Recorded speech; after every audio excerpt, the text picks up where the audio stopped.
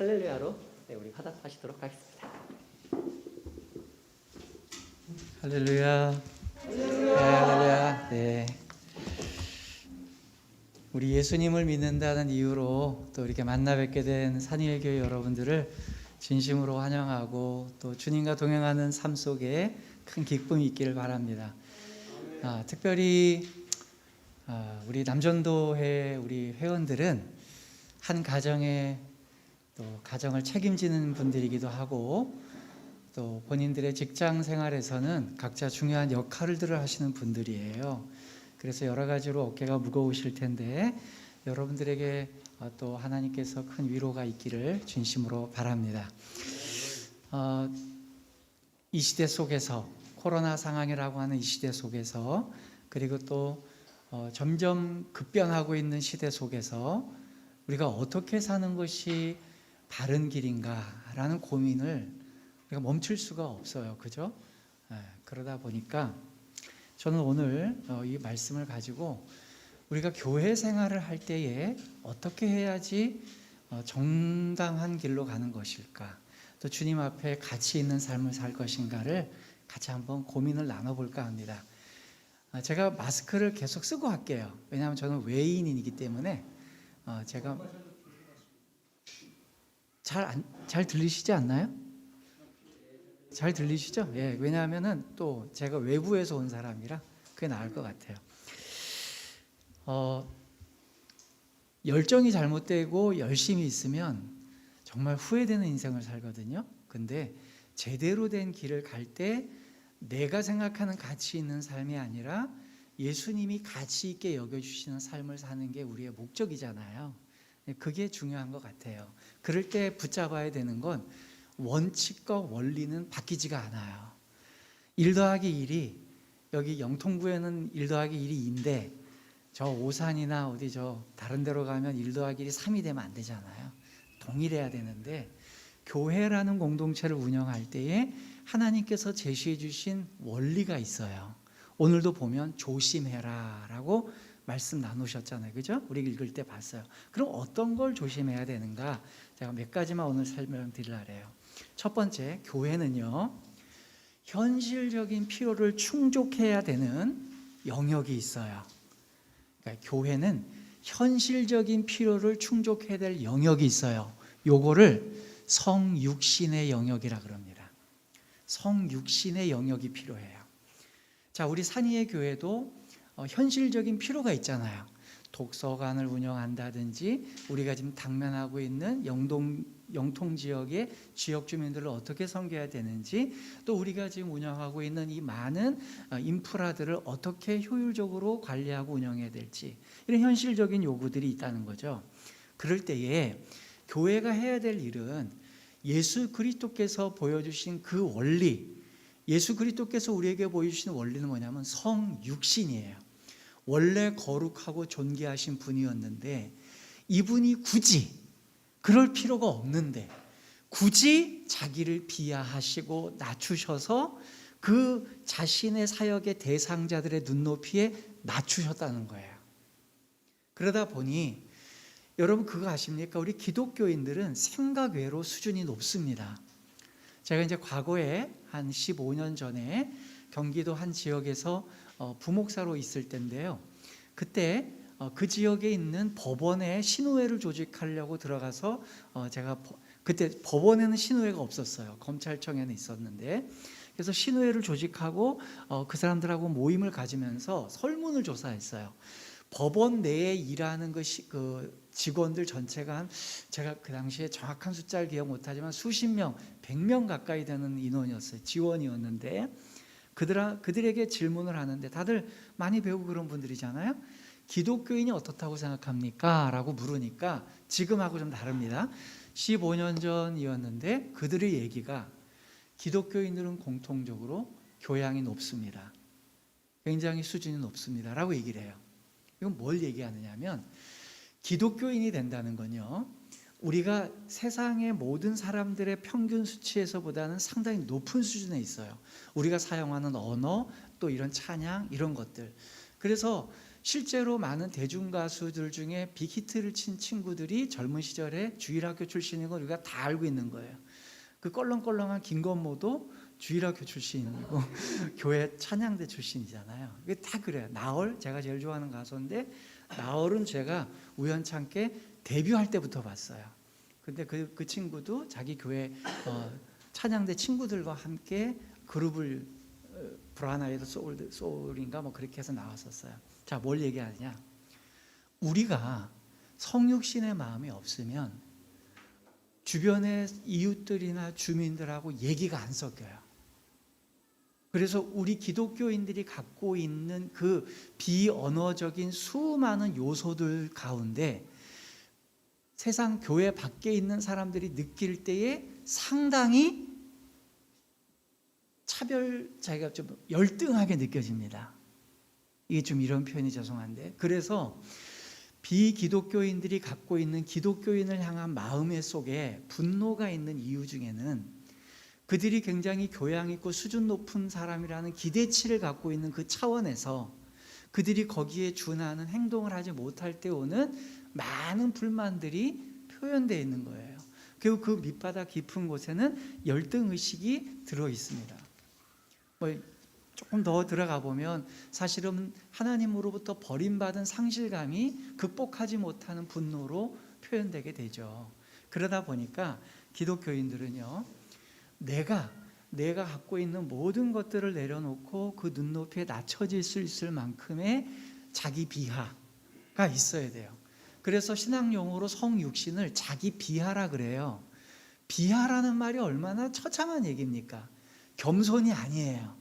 겸손은 내 명예와 포지셔닝과 이 모든 걸 지키면서 제가 이리 왔죠. 우리 목사님이 저한테 물으시더라고요. 목사님은 어떻게 소개하면 될까요? 그래서 다 수식어 빼고 그냥 우리 노예 소속 김상로 목사님이라고 해주세요. 이렇게 얘기했어요. 왜 그게 저의 자연인이고.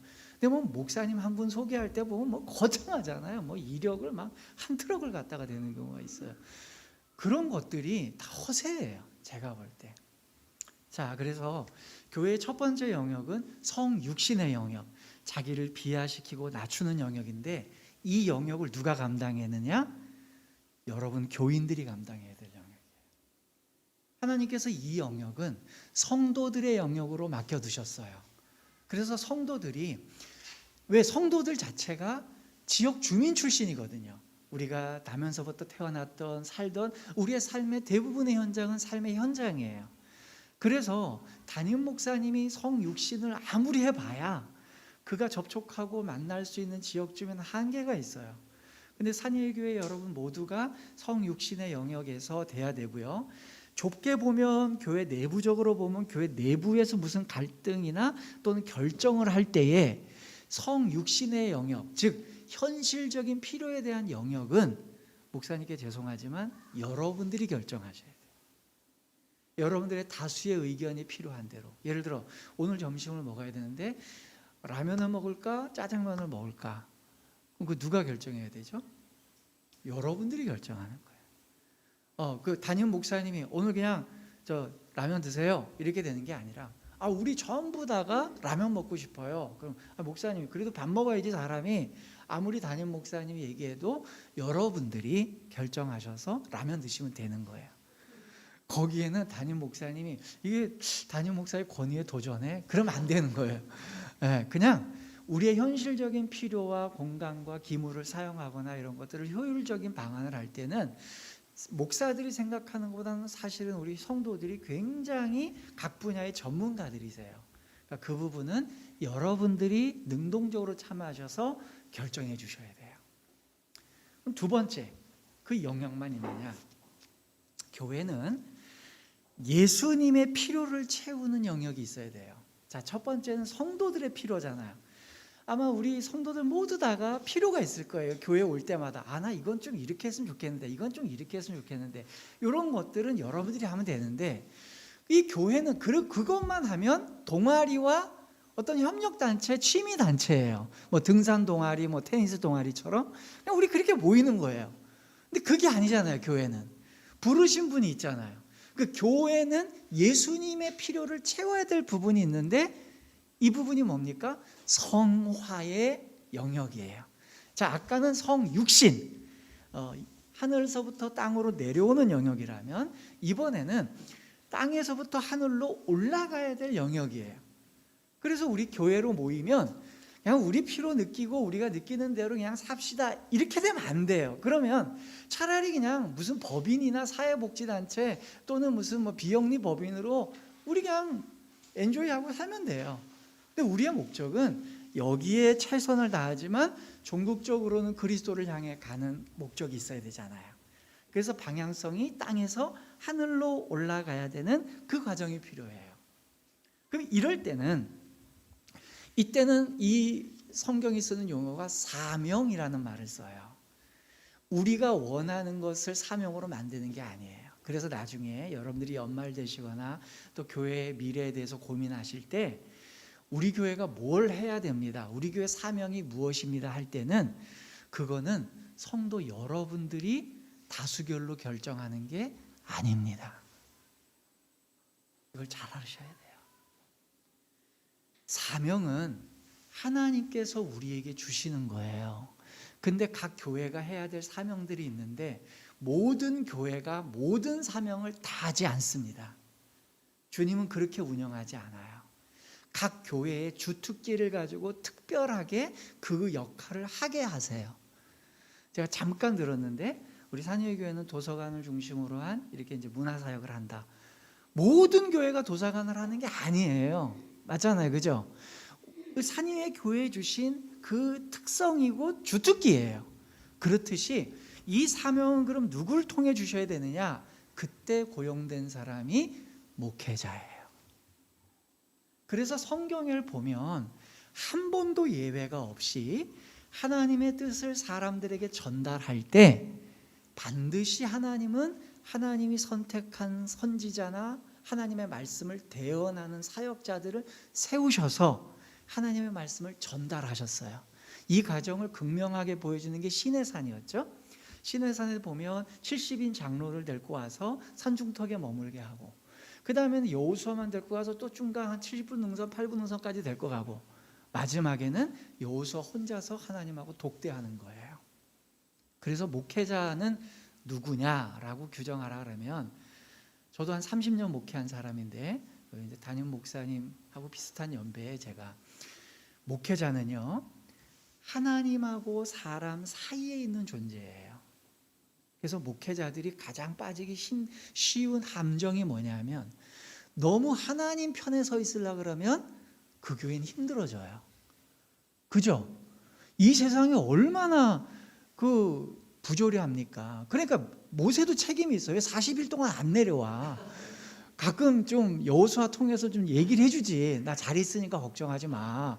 이랬으면 안 그랬을 텐데 40일 동안 살았는지 죽었는지 뭐 음식도 안 싸갖고 올라갔는데, 그리고 여러분 그 시내산에 저는 안 가봤지만 자료로 많이 봤는데 거기는 우리나라 산같이 뭐 칡농쿨 있고 이런 데가 아니에요. 그냥 돌만 있는 데지.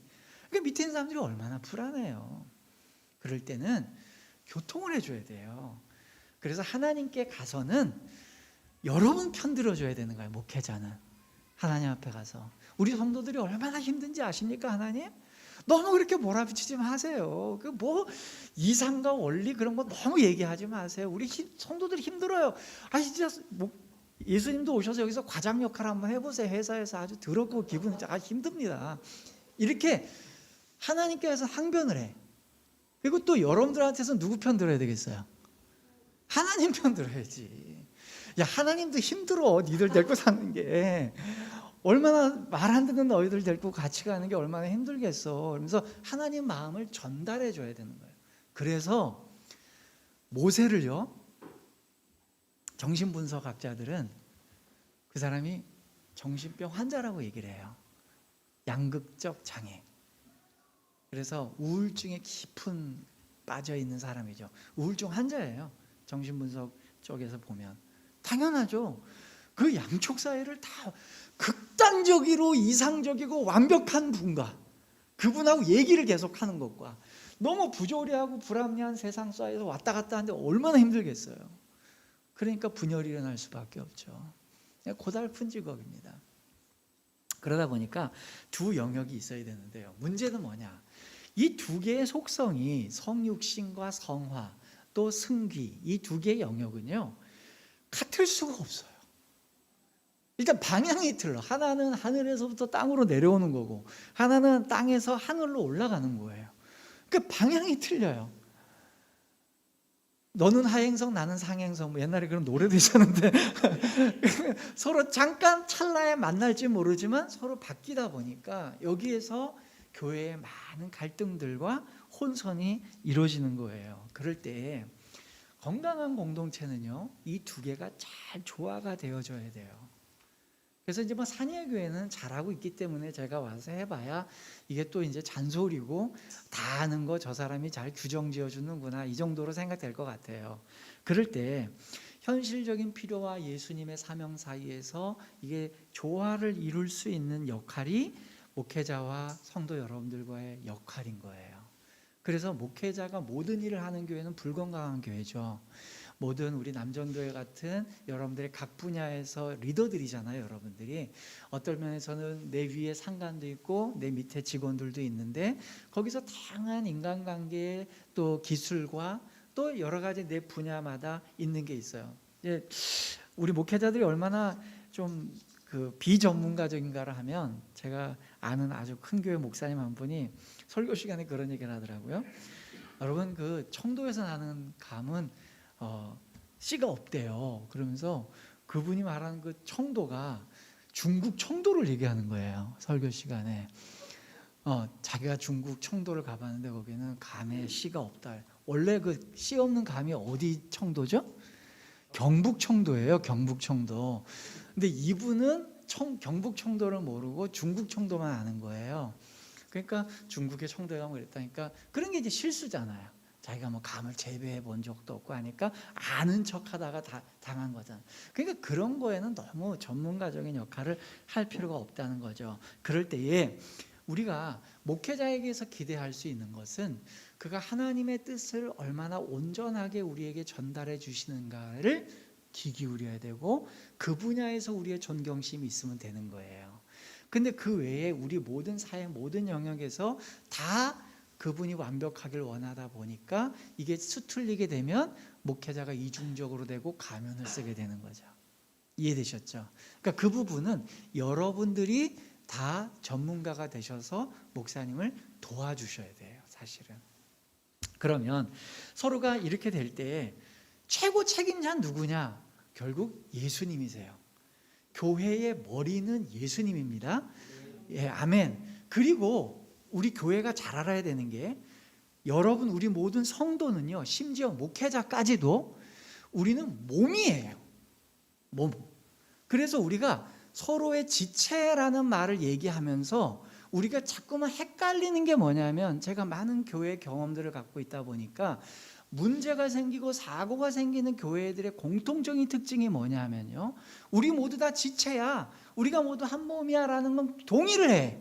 근데 그들이 그러기 때문에 우리가 목사님이 혼자서 결정하는 것보다 우리가 다 같이 결정해서 우리의 방향성을 중장기적인 방향성을 결정해야 돼 라고 나가요. 그러니까 언뜻 들으면 논리적으로 맞아. 우리가 모두 지체니까 우리가 합의해서 가야 된다. 대전제에서 틀렸죠. 머리는 누구라고요? 예수 그리스도예요. 몸은 뭐 하는 존재입니까? 머리가 시키는 거라는 거예요. 여러분 이거 굉장히 중요한 겁니다. 제가 오늘 저는 왔다 가면 돼요. 그럼 제가 와서 뭐 김성태 목사님한테 뭐 잘 보이려고 이런 얘기 아니요. 기왕에 예수님을 믿게 돼서 알게 된 여러분들이 예수님 앞에 갔을 때 너 누구니? 이 소리 안 듣게 하려고 제가 지금 설교하는 거예요. 마태복음 7장에 나오죠. 그날에 많은 사람들이 주님 앞에 왔을 때 제가 선지자 노릇했습니다. 귀신 쫓아냈습니다. 여러분 귀신이 그냥 나갑니까? 귀신 쫓아내는 거 어려운 일이에요. 선지자 노릇을 누가 그냥 합니까? 또 그들이 주의 이름으로 했대. 자기 이름으로 한 게 아니라 어떤 목사님은 그거를 자기 이름으로 했다 그러는데 아니요. 왜 성경을 바꿔요? 주의 이름으로 했어요. 명의를 주의 이름으로 했다니까요. 그 예수님께 꾸지람 당하는 그분들의 공통적인 특징이 뭔지 아십니까? 평생 자기도 속았어. 나는 주님의 이름이라는 명분으로 선지자 노릇하고 은사 활동하고 많은 걸 한 거예요. 여러분 여기서 뭐가 혼날 타이밍인지 아세요? 뭐가 혼날 포인트인가요? 주의 이름으로 한 게 아니라 내 이름으로 했다? 그거 없어요. 그러니까 주의 이름으로 한 거 맞고, 선지자 노릇 안 하고 무슨 그런 우상 숭배자였냐? 그거 없어요. 선지자 노릇 했어요. 뭐가 잘못됐죠? 하나예요. 예수님 이런 얘기를 하세요. 내가 너를 알지 못한다. 불법을 행한 자들아 내게서 떠나라. 이게 두 가지가 뭐냐? 하나예요. 핵심은 주님이 아는 방식으로 했냐는 거예요. 네가 나를 알고 있고 내가 너를 알고 있느냐가 핵심이지, 우리가 무슨 일을 하고 무슨 업적을 했느냐는 아무 상관이 없습니다. 내가 어떤 포지셔닝이고 내가 무슨 뭐 선교사가 돼서 뭐 외국 나가서 뭐 남들보다 더 죽을 까고 뭐 고생을 하면서 했고 아무 상관없어요. 다 할 수 있어요. 명의만 가지고, 주님 명의 갖고 다 할 수 있어요. 근데 주님이 아는 방식으로, 주님이 아는 원리대로 했냐는 거예요. 불법, 주님이 세운 법 안에서 했냐는가 중요한 거예요. 그렇게 보면 교회의 머리는 예수 그리스도입니다. 그럼 우리는 아까 제가 처음에 말씀드렸던 사명은 예수님께 받는 거예요. 우리가 모여가지고 다수결로 해서 민주적인 절차 위에서 비전을 세우고 어떤 방향성을 세워서 우리 교회 사명은 이것입니다라고 규정 지은 다음에 그걸 실현하면, 그러면 이제 마태복음 7장이 되는 거예요. 내가 너를 도무지 알지 못한다. 나 너한테 그 시킨 일 없는데 라고 되는 거예요. 그러니까 목회자는 어떤 책임을 짓게 되느냐면, 구약의 많은 선지서들에서 경고했던 부분은 이거예요. 여러분들이 예를 들어 대한민국에서 목사님들이 제왕적 어떤 권한을 갖고 있다, 뭐 그렇게 볼 수도 있겠어요. 그분들이 나중에 갖게 되는 책임감이 뭘까요? 너 왜 내 뜻을 제대로 전달 안 했어? 이거예요. 나는 이렇게 하라는데 너는 왜 네 생각대로 내 뜻인 것처럼 너한테 얘기를, 성도들한테 설명했어? 그 책망 받는 겁니다. 무서운 겁니다. 그럼 성도들은 뭐냐? 저는 목회자가 시키는 대로 했는데요, 그 하나님 뜻이라며요. 그러면 면제. 너는 시키는 대로 했구나. 그래서 여러분, 예수님의 모든 비유에 나오는 공통적인 평가가 뭐냐면, 잘한 사람한테 이렇게 얘기해요. 착하고 충성된 종아, 이렇게 얘기하죠. 제가 물어볼게요. 착한 게 뭐죠? 착한 건요, 시키는 대로 하는 게 착한 거예요. 제가 두 가지 예를 들을 테니까 누가 더 착한지 보세요. 제가 아이가 둘이 있는데 실제는 아닙니다. 저는 아이가 4명이에요. 실제는.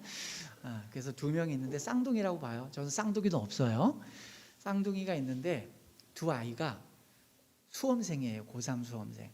근데 첫 번째 아이하고 두 번째 아이 둘 다 냅두고 엄마 아빠가 급하게 바깥 일이 있어서 오늘 하루를 비우게 됐어요. 그러니까 너 아빠 엄마 잠깐 나갔다 올 테니까 너희들 여기서 공부 열심히 하고 있어. 딴 거 하지 말고 엄마가 유부초밥하고 밥 다 해놨으니까 그거 챙겨 먹고 공부만 열심히 해 하고 나간 거예요. 근데 큰애가 공부를 좀 하다 보니까 이제 점심에 먹고 나서 봤더니 엄마 오시면 그래도 힘들 것 같으니까 내가 설거지를 해놔야지. 그러면서 동생 거 했던 설거지를 막 하는데, 설거지할 때 보니까 퐁퐁이 없어. 그럼 퐁퐁을 엄마 대신 사다 놔야 되겠다. 엄마 또 장 보러 갔다 오기 힘들 테니까. 그래서 나가서 퐁퐁을 또 사러 가네요. 사고 오는데 거기 할머니 하나가 또 구루마를 끌고 가는데 너무 꼬부랑 할머니가 끌고 가. 그래서 할머니 제가 대신 들여다 드릴게요. 그래서 구루마까지 다 끌고 가서 그 집에 다 갖다 놨어요. 둘째는 어때냐? 아니야 형, 엄마가 공부하라 그랬어. 나 설거지 안 할래. 너 마트 가서 너 지금 퐁퐁 써. 아니야, 엄마가 공부하라 해서. 그래서 마트 안 갔다 오고 나서 퐁퐁 안 살래. 나서 공부할래. 집에 부모님이 돌아왔어요. 누가 착한 애죠? 1번이 착해요? 그게 뭐 수험생인데 이제 얼마 안 남았어요. 이제 수능이 한 보름 뭐 이렇게 남았는데, 그 뭐 5만 사람, 동네 사람 다 도와주고 한 사람이 그 사람이 착한 사람이에요? 아니에요. 엄마 공부하라 했잖아요. 공부한 애가 착한 애예요. 내가 시키는 거 그대로 한 사람이 착한 거예요. 그러니까 우리가 착하다는 개념을 왜 1번이라고 생각할까요? 내가 생각하는 기준이 있는 거예요. 사람이 어떻게 이기적으로 공부만 해? 다른 사람도 돕고 그래야지. 그게 누구 생각이야? 내 생각. 근데 액면가로 여러분들이 진짜 학부모예요. 그러면 내 자녀가 5만 사람 다 도와주면서 다니면서 공부 안 하고 있는 게 나아요? 공부하는 게 나아요? 그렇죠. 차라리 그 할머니 도와줄 거 있으면 엄마가 가서 도와줄게. 넌 공부해. 엄마가 도와줄게. 퐁퐁 네가 살 거 걱정할 것 같으면 내 인터넷으로 대량 주문해 놓을게. 이게 엄마 마음이잖아요. 하나님의 마음이 그거라. 하나님의 마음이 너희들이 무슨 역할을 못 해줘서 내 영광이 가려워지는 게 아니라는 거예요. 하나님 다 할 수 있어요. 말씀으로 천지를 다 창조할 수 있어요. 그런데 제발 내가 시키는 것 좀 한번 해봐. 네가 하고 싶은 게 많이 있는데 그걸 이겨내고 내가 하고 싶은 거 내려놓고 내가 원하지도 않고 희망하지도 않지만 하나님이 원하는 그거 해보겠습니다. 그때 감동이 오는 거예요. 아멘이죠. 그겁니다. 그래서 제가 이제 청년들 진로 고민할 때 하고 싶은 거, 해야 될 거, 잘하는 거 이거 중에 어떤 거 해야 되나요? 그럼 요즘은 어떠냐? 요즘 이제 해체주의 시대 아닙니까? 포스트 모더니즘과 뉴에이지 시대다 보니까 네가 제일 좋아하는 거 해라는 시대가 돼버렸어요. 네가 좋아하는 거 해. 그래서 책 제목 중에 이런 게 있더라고요. 네가 정답이다. 와, 책 진짜 많이 팔릴 것 같아요. 네가 정답이다. 그 답을 해준 사람이 아무도 없거든. 기독교적인 사상에서 보면 요 상황이 뭐냐? 네가 좋아하는 거에 요 상황을 그대로 판박이로 한 곳이 사사기입니다. 사사기 맨 마지막에 그때의 왕이 없으므로 자기 소견에 옳은 대로 하였더라. 그럼 우리는 뭘 해야 되느냐? 잘하는 거, 좋아하는 거, 잘하지만 좋아하지 않는 게 있잖아요. 그리고 좋아하는데 잘 못하는 게 또 있어요. 근데 해야만 하는 게 있어요. 우리 시대, 우리 기독교의 가치는 이 시대에 역행할 수밖에 없는 게 우리는 해야 될 걸 해야 되는 사람들이에요. 창조주가 엄연히 계시고 그분이 나를 만들어서 이 땅에 파송하셨을 때는 나한테 어떤 역할을 맡기셨고 그 역할을 하기를 기대하시는 거예요. 그래서 내가 해야 될 일을 해야 되는 거지 내가 좋아하고 내가 잘하는 걸 하는 게 아닙니다. 심지어 잘하는 것도 하나님이 내게 주신 역할이 아닐 가능성이 부단히 높아요. 그래서 순서로 보자면 해야 될 일을 해야 돼요. 그럼 마지막 그러면 이제 어떻게 되냐? 서로 다른 방향성을 갖고 있고 서로 다른 역할을 하는 몸뚱이들끼리 모였을 때 이들이 아름다운 교제를 하는 건 그 다양성을 인정하는 거예요. 하나님이 우리를 부르셨다는 그 부르심 안에는 굉장히 동의하면서도 서로 다양한 역할과 수행들 이런 것들은 우리가 인정해 줘야 되죠. 그래서 제가 이제 스포츠 팀에 한번 비유를 해볼게요. 저는 요즘은 야구를 안 봅니다. 저는 개인적으로 NBA 농구를 좋아하는 사람이라 여기 남자들 중에 그런 분이 계실지 모르지만 저는 이 어려운 형편 가운데서도 NBA 리그 패스를 끊어서 보는 사람이에요. 그래서 그거는 오래된 저의 루틴입니다. 그러니까 제가 다른 거는 저게 레저가 없어요. 제가 뭐 당구도 안 치고 뭐 골프도 안 하고 저는 그런 거 전혀 안 해요. 근데 유일하게 공만 하는데 자 이제 대한민국에서 농구보다는 야구가 더 유명하니까 야구 예를 들을게요. 좋은 팀은 어떤 팀인가 하면요. 선수들끼리 자기 역할에 최선을 다하는 거예요. 그래서 요즘은 이제 특별히 시프트라는 게 있잖아요. 수비도. 그래서 극단적으로 몰잖아요. 어떤 타자가 나왔는데 왼손 타자가 나왔는데 이 왼손 타자는 1, 2루 사이로 공을 한 8, 90% 보낸다. 그럼 어떻게 됩니까? 원래 1루수, 2루수, 유격수, 3루수 이래서 했어야 되는데 이걸 다 몰아 이쪽에. 그래서 3루 쪽에 아예 사람이 없어요. 수비수가. 근데 그걸 감독이 시켜요. 야 거기 베이스 비우고 전부 다 1루 와. 그럼 어떻게 해야 돼요? 감독님 저 새로 부임하셔서 모르시는 것 같은데 원래 3루수는 3루 베이스 옆에 있어야 됩니다. 감독님. 그럼 안 돼요? 안 된단 말이에요. 그래 이 경기의 승패는 내가 책임질게. 안타 글로 나오면 어쩔 수 없어. 시프트를 내가 쓴 거야. 근데 현대 야구는 한쪽으로 다 기울여 비정상적으로 하는 거니까 글로 가봐. 그랬더니 확률상 거기서 내야 안타 또 땅볼 내야 땅볼 할 확률이 높더라는 거죠. 그럼 그 지시를 따르는 거예요. 그럴 때에 우리 팀원들끼리 할 수 있는 일은 서로 격려해 주는 거예요. 되는 교회와 안 되는 교회의 특징이 뭔지 아십니까? 되는 교회는 이래요. 투수가 딱 준비를 하고 와인드업하고 공을 딱 던졌는데 내가 원래는 그 코너에다 딱 박으려 했는데 정중앙으로 갔네요. 근데 이게 안타성 타구로 그냥 딱 쳐갖고 날아가는 거예요. 그러니까 투수는 막 고개를 빡 숙이고 이제 드디어 이제 실점이 됐구나 그랬더니 글쎄 유격수가 그냥 몸을 날려가지고 다이빙 캐치를 딱 잡아내는 거예요. 그러니까 투수 미안하잖아요. 누가 봐도 한가운데 들어갔는데 기주가 있으니까 유격수가 뭐라 그래요? 야 투수 쫄지 마. 다음에 또 한가운데 던져. 내가 다 잡아낼게. 야, 이 투수 기분이 어떨까요? 좋죠. 이번에는 또 투수가 기가 막히게 해가지고 나 평범한 땅볼에 그냥 맞춰잡기 해가지고 푹 떨어지는 포크볼 던졌더니 툭 떼가지고 떼고 굴러가요. 근데 유격수가 받아야 되는데 알까기를 한 거예요. 글로브질을 헛질해가지고 더블 플레이하다가 헛질했어요. 다 힘들어할 때 유격수를 괜찮아. 야, 공 빠뜨리고 그럴 수 있지 뭐. 내가 다음 타자 삼진으로 잡아가지고 이닝 끝내자. 얼마나 멋있습니까? 그러면 그게 좋은 거예요. 거기에 감독님이 해야 될 제일 좋은 게 뭡니까? 제일 중요한 게 투수 교체예요. 투수를 교체해야 되는데 자 물어볼게요. 투수를 어떻게 교체하면 될까요? 감독님이 이래요. 야, 투수 교체할 때 지금 해야 될지 안 해야 될지 야수들을 다 몰라가지고 선수들 지금 투수 교체할까? 자, 민주주의로 하자. 투수 교체하는 게 맞다고 생각한 사람. 이 사람은 감독 자격이 있어요, 없어요? 없어요. 그거 하라고 감독시킨 거예요. 선수 빼고 넣고 하는 거 그 감독 하라고 넣은 거예요. 그럼 그 감독은 용단성 있게 결단성 있게 공이 아무리 좋고 위기 상황이라도 바꿔야 될 거면 바꾸고 가는 거예요.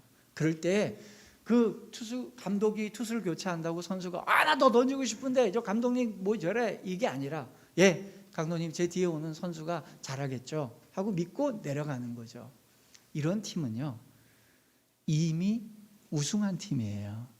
감독님을 신뢰하고 같이 하나가 되는 팀이잖아요. 그럼 우리가 왜 감독님을 말을 들어야 되느냐? 아니 감독이신 분이 우리의 지금 모든 지도를 지금 하고 계시잖아요. 우리 산위의 교회의 감독은 누구십니까? 예수 그리스도예요. 이거는 명확관화합니다. 예수 그리스도께서 김 목사님을 통해서 지금 작전을 지시하는 거예요.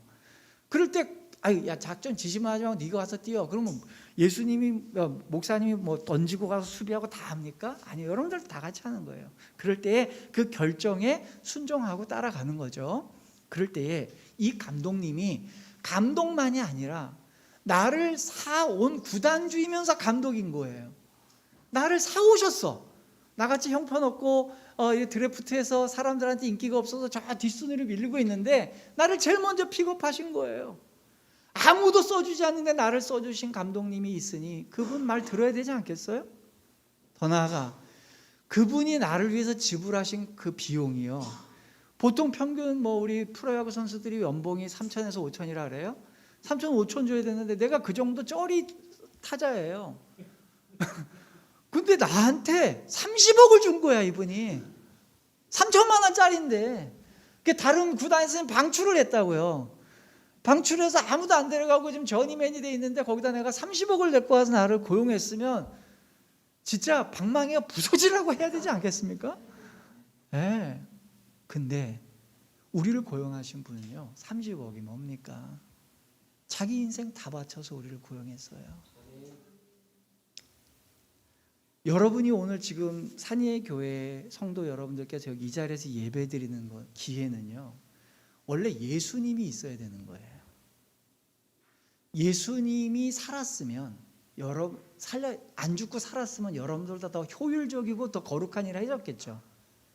근데 자신을 죽여서 나 살리려고 김상록이 하나 살려가지고 내가 없고 대신 얘가 내 역할을 하게 해달라고 해주신 삶을 지금 우리가 사는 거예요. 그러니 무슨 불만이 있습니까? 써주신 것 자체가 감사하죠. 그래서 공 하나를 던지고 가든 대타로 와서 번트 하나 대든 그거 자체로 감사한 거예요.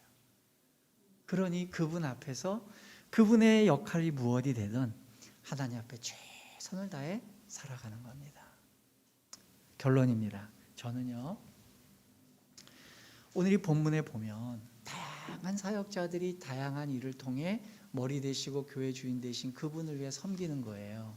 그래서 저는 저 김상록 목사의 개인적인 제가 뭐 아호는 아니고 별명을 제 스스로가 붙였어요. 그게 뭐냐면 전 문지기예요. 문지기. 문지기 김상록 목사, 예수님 문지기. 문지기는 어떤 사람입니까? 도어맨. 문 열어주는 사람이에요. 문을 열어줘서 예수님을 만날 수 있게 해주면 그걸로 족한 거예요. 경비원이죠 뭐. 그럴 때 주님이 들어오실 때 들어오셔서 예수님 오면 그 가족끼리 만나는 게 좋잖아요. 마지막 예화 하나 들고 마칠게요. 교회 모든 사역자들이 사역을 하고 난 다음에 피로감이 없고 번아웃 되는 이유 중에 하나를 이걸로 설명하면 될 것 같아요. 여러분 이래요. 아파트 이제 만약에 제가 이제 어떤 아파트 경비원인데 옛날에 실제로 제가 지방에서 목회한 적이 있었는데 담임 목사로 그때 제가 살던 아파트가 한번이면 그 문을 자동 문을 들고 오면 거기에 딱 그 경비원이 앉아 있어요. 그리고 양쪽 호수로 딱 올라가는 그런 아파트였어요. 조금 좋은 아파트였었어요. 제가 뭐 좋은 아파트 살았다는 게 내 게 아니고 뭐 교회 거니까. 근데 그 아파트에 살고 있는데 제가 장기 출장을 가게 됐네요. 그래서 한 보름 정도 어디 나가게 됐을 때 경비원한테 묻는 거예요. 우리 저 사모하고 애들만 있으니까 좀 잘 부탁드립니다. 출입하는 거 잘 도와주시고 해주세요. 그랬더니 부탁하고 왔더니 제가 왔는데 그 경비원 중에 하나가 실제로 그 어르신이 인사를 엄청 잘하는 분이 있어요. 그래서 제가 저쪽에 아이고 목사님 오셨어요. 그래서 이렇게 인사. 우리 교인이 아닌데. 자 이제 제가 이야기하는 이유를 말씀드릴게요. 제가 출장을 마치고 돌아왔어요. 그랬더니 저쪽에서 제가 오는 걸 걸어더니 경비원이 이래요. 사모님한테 전화를 해요. 사모님, 아이고 그 출장 나가셨던 목사님이 오시네요. 너무 반가울 텐데 빨리 내려오세요. 목사님 오시면 아마 사모님이 집에서 배웅하시는 것보다 여기서 아마 영접하시면 좋으실 거예요. 내려오세요. 라고 얘기했다는 거예요. 거기까지는 어때요? 너무 좋은 경비원이죠. 아, 참 좋은 분이에요. 근데 사모님이 내려왔어. 그리고 이제 제가 아유 목사님 오셨어요. 그래서 현관문까지 열어줬어요. 그리고는 사모님 뒤에 세워놓고 자기가 얘기 다 해. 야, 목사님 어떠셨어요? 뭐 출장은 괜찮으셨어요? 하고서 사모님 잠깐 저리 가보세요. 아, 이게 그냥 이거 맞습니까? 틀립니까? 틀리죠. 어때요, 경비원은? 목사님 오셨고 사모님 오셨습니다 하고 가면 자기는 문 닫고 나면 그냥 경비실에 들어가 있는 거예요. 그러니까 경비하시는 분들 제가 뭐라는 게 아닙니다. 그러면 두 분이서 목사님하고 사모님이 만나서 막 부부간에 껴안고서 사랑을 나누고 격려하고 이런 거 보면 그거 자체로 흐뭇해하면 끝나는 거 아니에요? 우리 교회의 목회자들과 교회의 장로님, 집사님, 권사님들이 이 마음 갖고 있으면 교회 사고 안 납니다. 근데 대부분의 피로가 어디에서 오는지 아세요? 내가 그분하고 내가 주인공이 되고 싶은 거예요. 모든 일 끝났을 때 박수와 관심이 내가 주인공이 되고 싶고 하니까 신랑 친구는 신랑하고 신부가 만났을 때 옆에서 보고 지켜서 좋아하는 거는 되는데 나를 통해 그 일이 이루어진 다음에 그 일을 통해서 하나님께서 모든 역사했으면 저는 그냥 문만 여는 문지기가 됐으면 좋겠습니다. 그럼 끝나는 거 아니에요? 거기에 괜히 무슨 자기의 욕심과 내 이름 걸고 박수 한 번 더 받아야 되고 이름 한 번 더 불려줘야 되니까 그럴 때 오는 피곤함이 있는 거죠. 이미 산위의 교회는 잘하고 계신 줄 알기 때문에 이 말씀 드렸는데요. 잊지 마셔야 될 건 교회는 성화의 영역과 성육신의 영역이 있어요. 그래서 우리는 끊임없이 우리가 눈높이를 낮춰서 우리를 자기를 비하시켜서 겸손이 아니에요? 자기를 무너뜨리고 망가뜨리고 낮춰서 이 지역사회와 우리 교회를 책임지되 그 영역은 성도들의 몫이고 그러한 성도들의 자리에서 올라온 사람들을 성화의 영역으로 끌고 올라가는 게 우리 목회자들의 몫입니다. 그런 조화가 잘 이루어져서 우리 예수님 앞에 갔을 때 칭찬 듣는 교회가 되시기를 주님으로 부탁드립니다.